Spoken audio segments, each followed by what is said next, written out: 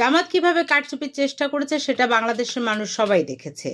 যে নির্বাচনের আগের দিন ৭৪ লক্ষ টাকা বহন করা এবং জামাতের নেতাদের ঘর থেকে নকল যে ব্যালট পেপার সেগুলো উদ্ধার করা এবং তাদেরকে যে সিল বানাতে দেওয়া যায় এবং জামাতের নেতার ঘরের পুকুর থেকে লাঠি এবং বিভিন্ন অস্ত্র উদ্ধার করা, আর এনসিপির নেতারা তো লাফিয়েই গিয়েছে। আর যত কারচুপি হোক না কেন, সর্বশেষে আমরা দেখলাম যে স্বাধীনতা পক্ষের যে শক্তি শেষ বিজয়ী হয়েছে এবং এনসিপির নেতারা ৬টা আসন নিয়ে গেছে। আসলে এখানে একটা ভাগাভাগি হয়েছে।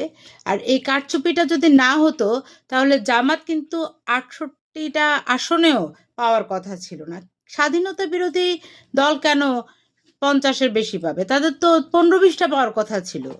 আমরা বিশ্বাস করব যে শক্তি বিজয়ী হয়েছে সেই শক্তি দেশের মানুষের দুঃখ দুর্দশা দূর করবে, দেশের মানুষের পাশে থাকবে।